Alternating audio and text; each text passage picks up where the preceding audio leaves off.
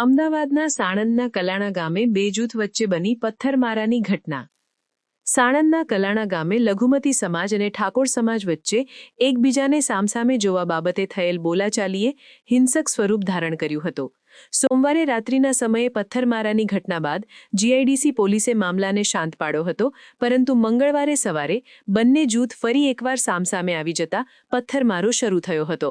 Sanand GIDC પોલીસે તથા SP, ડીવાયએસપીનો કાફલો ઘટના સ્થળે પહોંચી પરિસ્થિતિને કાબૂમાં કરેલ।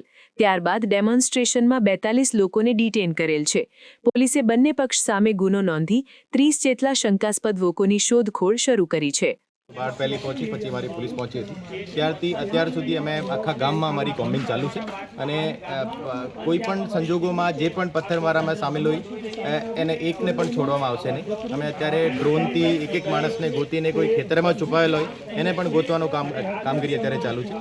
આખા ગામના એક ઘરને ચેક કરીને જોઈએ અમે જે પણ પથ્થરમારામાં સામેલ હોય એને વિરુદ્ધ કડકથી કડક કાર્યવાહી કરવામાં આવશે। સાહેબ, કેટલા લોકોની અટકાયત કરવામાં આવી છે? અત્યારે શું સ્થિતિ ગામની અંદર? અત્યાર સુધી 40 લોકોને અમે ડિટેન કરેલા છે। એની પૂછપરછ ચાલુ છે। એમાં જે પણ સામેલ છે તમામને જો લોકઅપમાં મૂકવામાં। સમાચારની અવનવી અપડેટ જોતા રહો નિખરતા ગુજરાત ન્યૂઝ સાથે। નિખરતા ગુજરાત ન્યૂઝને લાઇક, શેર, સબસ્ક્રાઇબ કરો અને બેલ આઇકન દબાવીને સમાચારની ઝડપી માહિતી મેળવો।